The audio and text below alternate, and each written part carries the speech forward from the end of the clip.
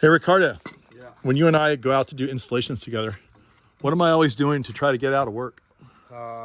Videos for bitchin' plant alerts. Look at that, Dasylirion. How about you do all the work and I'll make a video? Alright, why not? It's a total scam. But you know what? When you see a plant in a really good location with really good lighting, with a little bit of breeze that is really important to show this thing off, you just got to do it. Look at this, is a cool neighborhood. There's like cool landscapes. I'm over here in Marin. Here's the place we're working on right here, planting some avocado trees. Across the street is this really fun installation with this big slate, concrete wall faced with slate. Some really nice plants in here. You got a Mediterranean fan palm, a bunch of agaves, all kinds of cool stuff. Got to get out and weed it a little bit, just like all of us at this time of year. It's springtime. But look at this, the big focal point on the corner. So beautiful. This is Dasylirion longissimum. This is one of our favorite plants. We always have this plant available in our nursery, and it's called the Mexican grass tree. It's extremely drought tolerant once it's established. They also need to like get their transformer and train it to only run at night for their lights. Their lights are on. Anyway, just a comment on from the peanut gallery there. But yeah, this is a wonderful plant. The leaves are these just long strands, and they just gently rustle in the wind.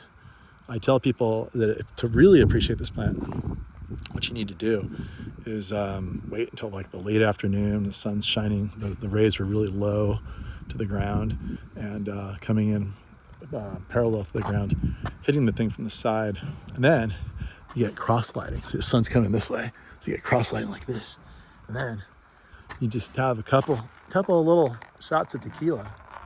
Then you try to focus on it as the breeze blows it, and it's just hypnotic. Look at that, hypnotic.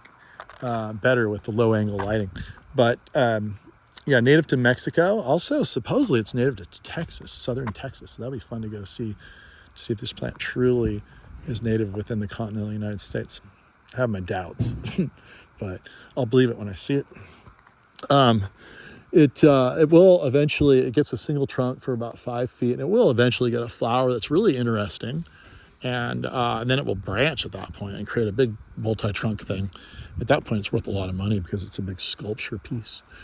The flower stalks at my house, I've just left them on the tree. I've had mine in forever, meaning forever to me is 25 years since I've been there. And the flowers came up not too long ago, and they're dead now, but I leave them in the sky because the birds love to just, hang out on them. We'll get down low. Look at this thing through the clouds. You can see it's a really nice focal plant. Here they have it anchoring this corner as just an eye catcher. And as you could see, and I alluded to earlier, they have a light shining on it, and it's an amazing plant lit at night. So here's the kind of the shadowy side. It's not as dramatic. It's when the sun hits it sideways. It's when it gets really glowy. It's kind of a glowy plant. It's not silver. It's not lush green. It's sort of a, like kind of a lime green color, which gives it a nice glow. And yeah, so we have these things all the time in the nursery. We have big ones. We have some that are way bigger than this and totally drought tolerant. You could probably plant this plant, water in once, and it'll probably survive. I wouldn't recommend that. They grow faster if you give them ample water. All these desert plants, they're sort of designed not so much to grow with drought, just to subsist with drought. They would rather have water. But all these plants, you give something like this agave lots of water, it'll just totally take off and grow and look really lush.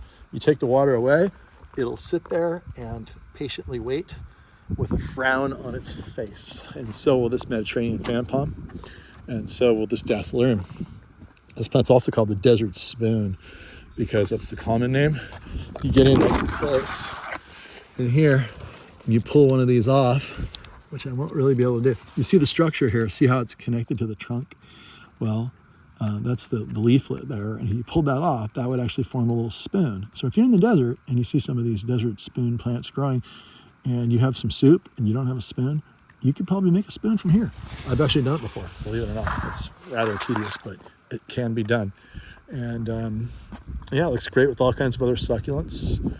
And even in just even more lush subtropical gardens, it looks really good. I think that's all I can think to say about this wonderful plant. I guess I have no more excuses to not work with Ricardo, so I guess I'll just go do that.